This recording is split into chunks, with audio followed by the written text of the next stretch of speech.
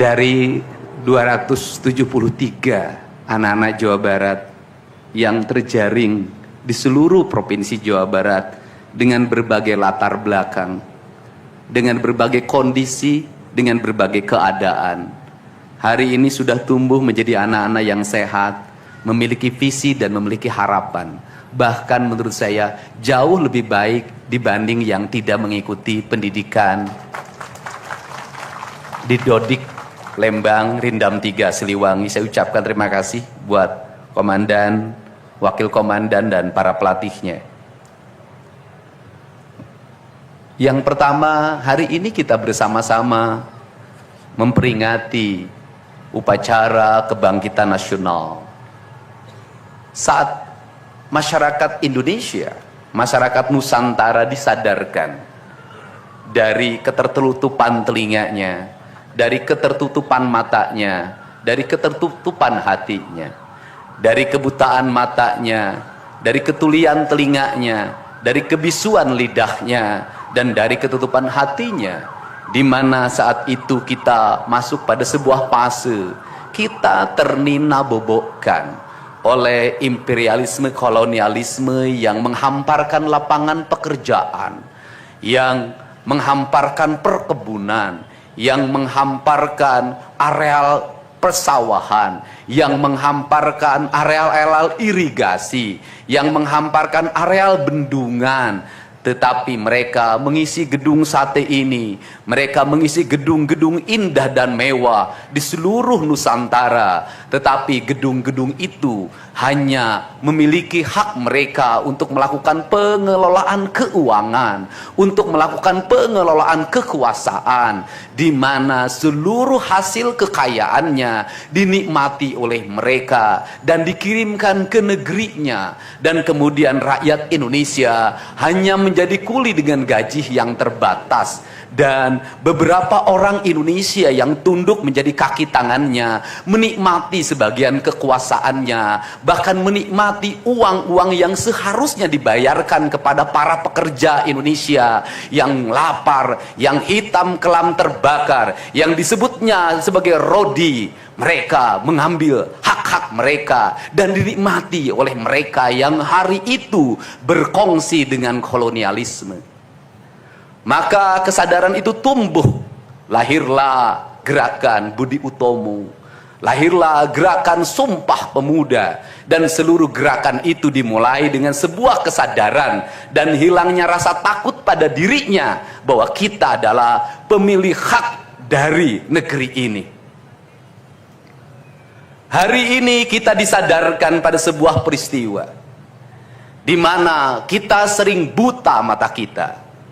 Kita sering tuli telinga kita, dan kita sering gagu lidah kita.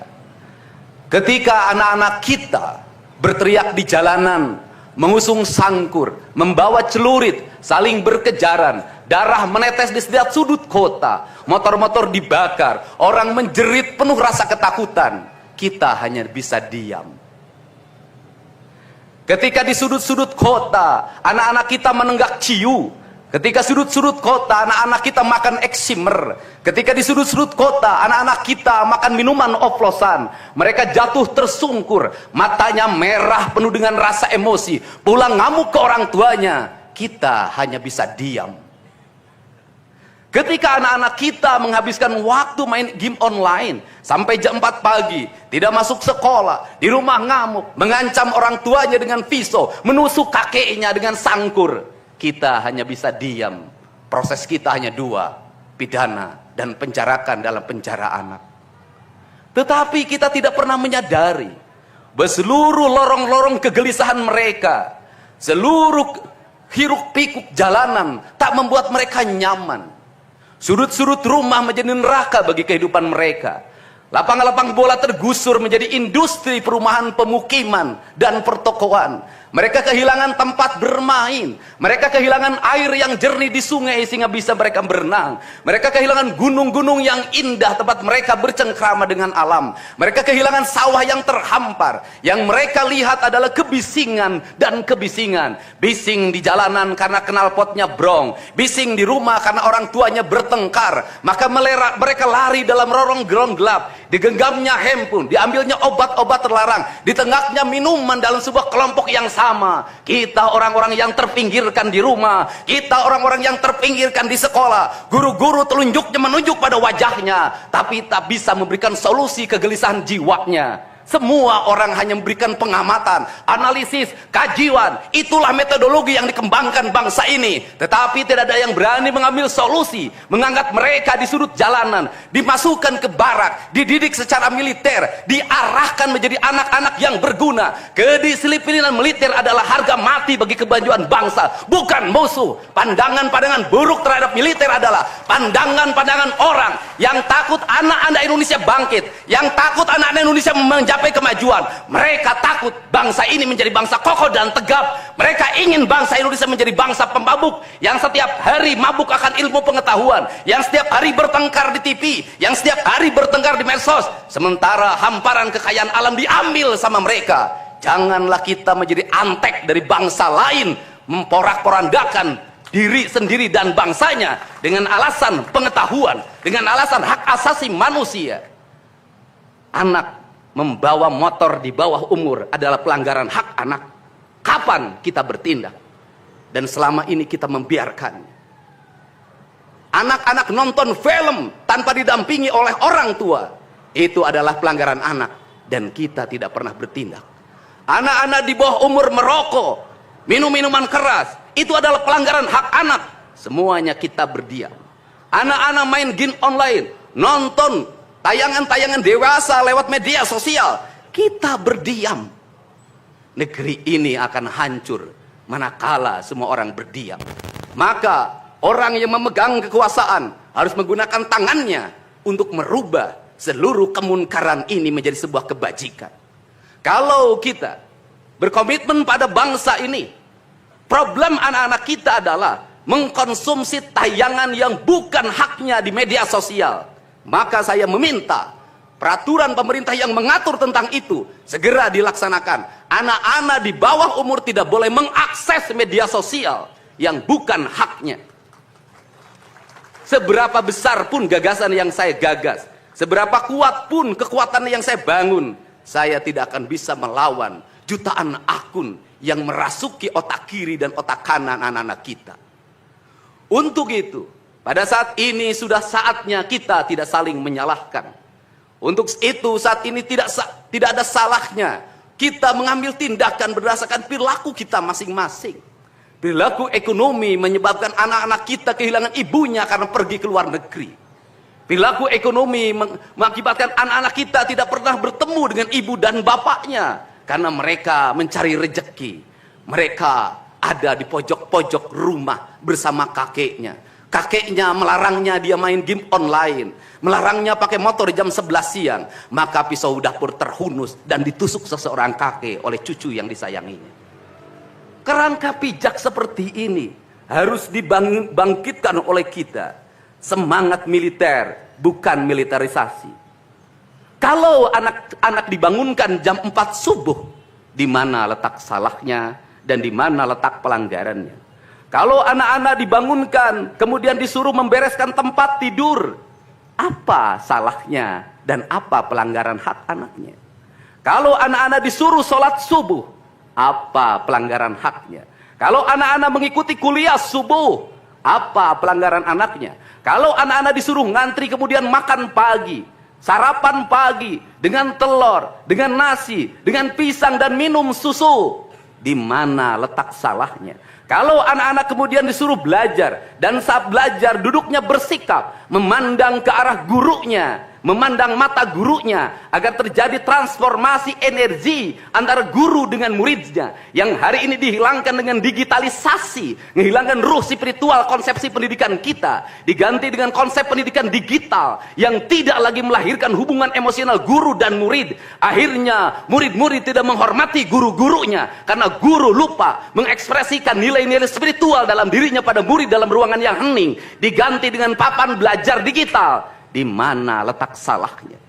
Kalau anak-anak itu diajarkan makan siangnya tertib, berantri, berdoa sebelum makan, di mana letak salahnya? Kalau anak-anaknya sore hari diajarkan bola voli, sepak bola, latihan baris berbaris, di mana letak salahnya? Kalau sore hari anak-anak disuruh masuk ke masjid, mengikuti pengajian, di mana letak salahnya? Kalau setelah itu mereka makan malam, dan makan malam ditandai dengan berdoa, di mana letak salahnya? Kalau mereka jam 9 disuruh masuk bara, disuruh masuk ruang tidur, dan disuruh tidur, di mana letak salahnya? Justru hak-hak anak terdapat di barak pendidikan TNI, dan hak itu tidak mereka dapatkan di rumah-rumah.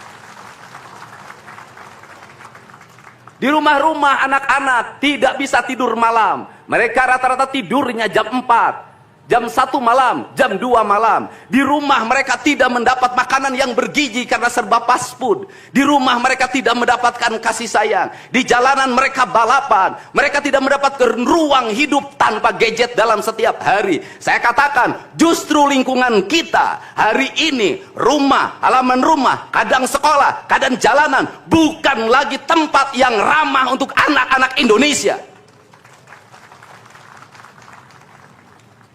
Untuk itu apa kebijakan yang harus kita lakukan? Kebijakan yang harus kita lakukan adalah mindset pembangunan dirubah. Ekonomi bukan segalanya. Itu penting. Tetapi ekonomi tidak boleh membunuh ruang-ruang publik di mana orang mendapat ruang bercengkrama. Desain rumah harus dikembalikan pada desain yang membuat jendela, membuat ruang untuk ibu dan bapaknya berkumpul. Halaman rumah harus tersedia di setiap kampung, jangan dihabiskan untuk bangunan. Karena anak-anak ingin bermain di halaman. Lapangan bola di setiap desa harus ada. Karena apa? Karena mereka terus berinteraksi olahraga. Sungai-sungai harus dijernihkan. Karena anak-anak orang miskin tidak bisa berenang di kolam renang yang berbayar. Mereka harus berenang di sungai-sungai yang jernih. Gunung-gunung harus dihijaukan. Karena anak kita perlu hiking dan traveling dalam setiap waktu. Anak-anak kita perlu berinteraksi dengan semesta. Lampu-lampu kadang sebulan sekali harus dimatikan. Agar anak kita bisa menatap langit, melihat bulan dan bintang. Bahwa dia adalah bagian dari cakrawala yang indah. Negeri ini sudah sesak dengan uang di kepalanya. Yang akhirnya apa? Pendidikan hanya menjadi ucapan dan tingkatan S1, S2 dan S3. Tapi pendidikan lupa ada nilai esensial yang harus dihidupkan dalam relung hati manusia. Pendidikan Indonesia adalah mewujudkan manusia Indonesia seutuhnya. Mewujudkan manusia Indonesia seutuhnya. Dalam falsafah Sunda disebutnya Pancawaluya. Cager, bager, bener, pinter, singer. Itulah falsafah pendidikan asasi. Maka falsafah pendidikan asasi dalam kaidah Sunda disebutnya kalimatnya begini. Kawung mabur sarulukna sama kelengiten pandana. Ciamis tinggal paitna ciherang tinggal kiruhna. Resi lengiten ajina pandita ilang komara. Kaduruku hawa nafsuna. Bangkong di kongkorong kujang kacai mawacameti. Saya hanya falsafah ini. Apa itu bangkong di kongkorong kujang? Kujang adalah senjata. Bagi orang Sunda adalah sebuah kehormatan diri. Kujang, tetapi kujang tidak bisa dikongkorongkan pada bangkong. Kalau bangkong dikongkorongkan oleh kujang, bangkong itu anak-anak di bawah umur. Kalau dia dikongkorongkan oleh kujang, kujang itu tak bermakna dan bangkong itu mati, tak mampu membawa kujang. Kacai mawacameti, apa itu artinya? Orang pergi ke air untuk mensucikan diri, maka dia harus membebaskan diri dari berbagai apapun kepentingan. Dia ingin pasrah, dia ingin sumera, hirup ukur sasamperan, awak ukur sasampayan. Sariring-dering dumadi sarengkak saparipola, la haula wala quwata illa billah. Maka dia tidak boleh membawa hawa nafsu. Ketika kita ingin memasuki abad ritual dan spiritualitas, maka tidak boleh ada kebencian, tidak boleh membawa senjata apapun, tidak boleh, maka kita berserah. Apa yang terjadi hari ini? orang-orang yang setiap hari bicara tentang kesucian, lidahnya menyakiti orang lain, menusuk orang lain, membawa api peperangan pada saat orang menuju kesucian. Bahkan bisa jadi menghinakan orang lain itu dianggap bagian dari kesucian. Tidak ada anak nakal, tapi orang Sunda itu menyebutnya budak bangor. Budak bangor itu beda dengan nakal. Kenapa? Itu masa mereka menginjaki masa remaja menuju masa dewasa. Maka di hari kebangkitan nasional ini, pemerintah Provinsi Jawa Barat, sekolah yang hari ini berjalan, ada pendidikan karakter, ada bela negara, saya akan meresmikan menjadi Sekolah Kebangsaan Jawa Barat Istimewa. Sekolah Kebangsaan Jawa Barat Istimewa nanti akan dipusatkan di Dodik, Lembang. Dan kalau ada lembaga pendidikan lainnya, kami juga akan menjadi kerjasama. Mereka yang bersekolah di situ bukan anak-anak yang tawuran, bukan anak-anak yang minum, bukan anak-anak korban dari ML, tetapi juga nanti anak-anak yang memiliki kemampuan akademik yang tinggi, anak-anak yang memiliki kemampuan pikiran yang tinggi. Dan seizin pimpinan DPRD Provinsi Jawa Barat, tahun ini kami akan memberikan beasiswa pada mahasiswa-mahasiswa yang kuliah di jurusan engineering, tetapi mereka harus mengikuti sekolah kebangsaan selama 1 bulan, agar uang yang diberikan oleh Provinsi Jawa Barat melahirkan nasionalisme-nasionalisme baru yang bisa membawa bangsa ini ke arah kemajuan. Dan saya mengucapkan terima kasih pada kalian semua yang membuat diri saya hari ini setiap hari berpikir. Ingat, doa yang terpancar ada 2. Saya tidak menyebut doa. Rintihan hati, bisikan hati ada 2. Ada yang berharap ini berhasil, dan ada yang berharap ini gagal. Siapa yang berharap ini berhasil? Mereka adalah kaum-kaum nasionalis yang mencintai bangsa ini. Siapa yang berharap ini gagal? Para nyinyir dan para pembenci yang menjadikan politik sebagai tujuan hidupnya, tanpa pernah bisa membedakan mana kepentingan politik dan mana kepentingan kebangsaan. Walaupun kebijakannya baik karena beda dengan politiknya, dia mengatakan buruk. Dan walaupun kebijakannya buruk karena sama dengan politiknya, dia katakan baik. Ini orang yang tidak punya spirit nasionalisme. Dia hidup mempertuhan politik dalam setiap waktu. Saya katakan, dia hidup mempertuhan politik dalam setiap waktu. Meskipun lidahnya berkata bertuhan pada Allah, tetapi hatinya dalam setiap hari hasud dan menjadikan politik sebagai tujuan hidup. Dan barangkali bisa dilihat dari seluruh rakyat Jawa Barat, karena ini tertransformasi lewat media televisi dan media digital, yang menjadi petugas upacara hari ini bukan pasukan paskibraka yang biasa kita pakai, tapi mereka adalah peserta didik sekolah kebangsaan Dodik Lembang Rindam 3 Siliwangi. Waktunya tidak lama, hanya 18 hari, tapi bisa dibentuk. Pertanyaannya adalah, di sekolah mereka bisa dibentuk seperti ini? Kalau di sekolah tidak dibentuk hari ini, maka pertanyaannya adalah, berarti sistem pendidikan nasional harus dievaluasi. Dan kalau misalnya yang di Jakarta mau menyalahkan, kan disahkannya di Jakarta. Kan anggaran yang triliunan disahkan di Jakarta. Kenapa anggaran yang triliunan ini tidak terevaluasi dalam setiap tahun? Saya katakan, sistem pendidikan yang di dalamnya angka-angka yang hanya orientasinya materi dan kepuasan dalam outcome dalam sistem pengelolaan keuangan tidak akan melahirkan apapun kecuali tumpukan kertas, software, dan hardware. Tetapi pendidikan yang lahir dari jiwa dan lahir dari cinta tanpa biaya yang besar, dia akan melahirkan anak-anak penuh dengan semangat kebangsaan dan punya spirit Pancawaluya. Itulah pentingnya hati, itulah pentingnya rasa. Untuk itu hari ini ada antrian, ribuan orang yang ngantri ingin memasuki pendidikan di pendidikan sekolah kebangsaan. Dan kalian semua hari ini bisa bertemu dengan orang tuanya, bisa mendapat sertifikat dari kami, dan bisa pulang dulu Nanti dalam 2 minggu sekali kami siapkan mobil di setiap kabupatennya untuk pergi ke Dodik lagi, mengikuti pematangan, bukan di Dodik nanti, di Badan Diklat ESDM Pemda Provinsi Jawa Barat, kalau nanti di Dodik diisi oleh siswa yang baru. Dan kami akan memantau perkembangan kalian dalam waktu 1 tahun, bukan 6 bulan. Dan saya sudah meminta kepada Dinas Kesbangpol, Dinas Pemuda Olahraga, di upacara peringatan 17 Agustus 1945 Pemda Provinsi Jawa Barat, seluruh pesertanya berasal dari siswa didik sekolah kebangsaan di Dodik Lembang. Kalian semua jadi petugas upacara Agustusanan. Jadi tidak usah repot lagi. Ternyata bisa. Dan hari ini bisa kalian bahagia.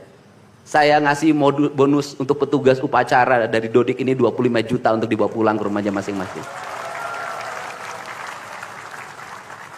Dapat uang saku, makannya enak, tidurnya nyenyak, berubah mental, bajunya bagus, pulang dapat bonus, gratis lagi.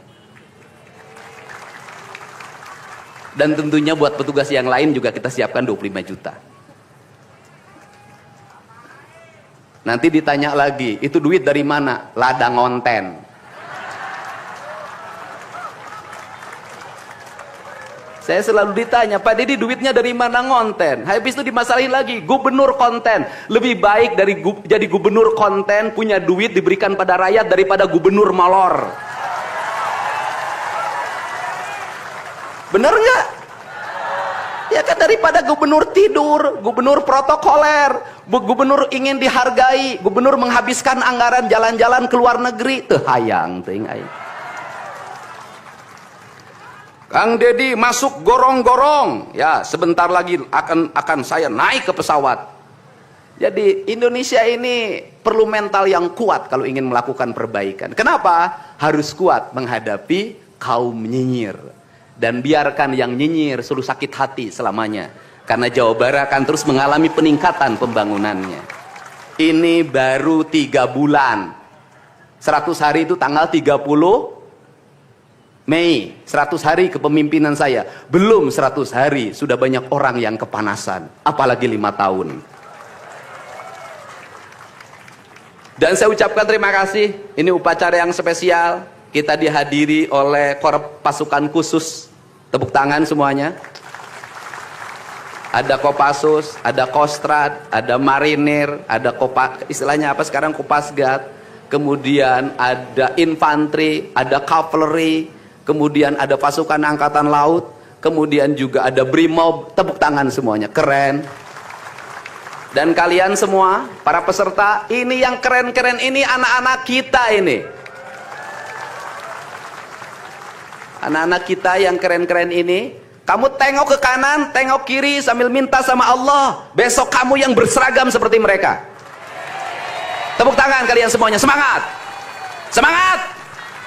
Semangat! Oke. Yang terakhir, ini buat Biro Umum. Ini harus dirubah, Pak. Pertama, ini tiang bendera menghalangi gedung sate.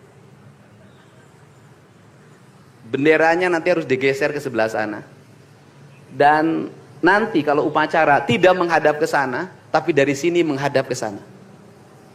Agar panorama itunya tetap terlihat. Dan kalau di sana maka kebisingan kendaraan tidak akan terlalu mendominasi. Ini Feng Shui cara menata bangunan. Jadi saya dari tadi mandang gedung sate nggak bisa karena terpotong oleh tiang bendera. Dan nanti bagian protokoler itu masang podium nggak lurus ke tiangnya, agak mencong-mencong dikit. Maklum Pemda masih belum pakai rasa, masih pakai DPA. Yang penting di DPA-nya juga tidak melanggar. Nah ini saya ini orang estetik, dan di Pemda ini tidak pernah ada rapat untuk merumuskan ini. Cukup WA. Pak Sekda, Kesbangpol, Dinas Pendidikan, besok kita lakukan ini, anak-anak bajunya ini, dan saya terima kasih buat PLT Dinas Pendidikan yang stresnya banyak, suaranya sampai hilang, saking takut. Luar biasa, berdiri dong Kepala Dinas Pendidikan PLT. Di depan kamu pindah. Suaranya hilang, pernah saya marahin malam-malam, kamu belum tahu cara kerja saya. Karena sekarang sudah tahu ternyata Sang Kuryang tuh hidup di sini. Ya, Pak. Silakan duduk depan, Pak. Di depan, Pak, duduk. Saya ucapkan terima kasih juga kepada Pak Sekda yang selalu ingin menjalankan tugas saya dengan baik. Kalau belum meluntur-luntur dikit wajar, karena dia memang penakut sama istrinya jadi kurang lentur.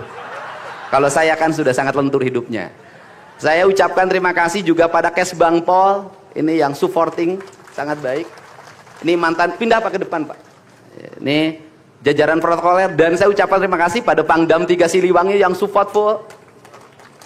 Terima kasih. Kemudian Pangkostrat yang di Purwakarta juga melaksanakan dan berbagai divisi. Kemudian Komandan Dodik Rindam. Terima kasih. Saya ucapkan terima kasih, badannya terima kasih. Saya ngasih bonus buat pelatihnya 50 juta. Saya ini urusan rasa, Bu. Orang tuanya itu jangan hanya bertepuk tangan. Mohon maaf. Ada terpanggil dalam jiwanya. Anak-anak saya kok bisa hebat begini ya? Dari rumah itu bawa bakakan. Mohon maaf. Ini cermin manusia-manusia Sunda yang punya welas asih. Yang punya timbal balik. Anak saya dididik. Bukan saya minta bakakak, bukan. Bukan. Bukan saya minta opak, tumpeng, bukan. Penuh dengan welas asih, dengan cinta. Mudah-mudahan bakakak yang dibuat menjadi jalan bagi si Ujang menjadi orang hebat. Kenapa orang tua dulu melahirkan anak-anak hebat? Karena cinta rasa, bukan gratifikasi. Dia kenaikan kelas tidak bawa uang, dia bawa tumpeng buat gurunya, dia bawa bakakak buat gurunya, karena gurunya telah mendidik anak-anaknya dengan baik. Itu cinta, itu rasa, bukan gratifikasi. Kami berbuat baik pada orang tuanya, tapi orang tuanya juga harus punya rasa dan punya cinta demi anak-anaknya. Saya pengalaman ibu saya dulu selalu berpuasa ketika saya punya hajat, punya lagi ujian, lagi kenaikan kelas, menghadapi kesulitan, ibu saya dan bapak saya pasti berpuasa buat saya. Saya minta ibu dan bapak, coba rajinlah berpuasa bagi anak-anaknya. Bisa jadi, mohon maaf, bisa jadi anak-anaknya seperti ini, rasa orang tuanya yang harus diperbaiki. Bukan kesalahan anaknya, tetapi rasa dan cinta orang tuanya juga harus dibenahi. Hidup itu alam, Pak, interaksi. Buktinya sama tentara nurut, sama ibu nggak nurut, sama bapak nggak nurut. Nah ini, makanya untuk itu dari sekarang mari bangun cinta negeri ini, karena negeri ini adalah negeri Siliwangi, negeri Silih Asa, negeri Silih Asi, negeri Silih Asu, negeri Silih Pikanyaa. Bagi mereka yang tidak ngerti Siliwangi, tidak tahu makna Siliwangi, tidak pernah berkontemplasi dengan Siliwangi, jangan coba-coba Anda berbuat tidak baik terhadap tanah Siliwangi. Saya sampaikan itu, kaluhur tesirungan kehandap teu akaran. Ini saya ucapkan terima kasih seluruh pasukan. Saya ucapkan terima kasih buat Panglima TNI, Kepala Staf Angkatan Darat, Angkatan Laut, dan Angkatan Udara, Pangdam 3 Silo, dan seluruh jajaran. Semua terima kasih. Hari ini adalah hari bangkitnya kita. Hari ini adalah hari kemajuannya kita. Dan kita mulai seluruh perubahan ini dari tanah kita, tanah Sunda, tanah Siliwangi. Wallahu muwaffiq ila aqwamit thoriq. Assalamualaikum warahmatullahi wabarakatuh. Sampurasun.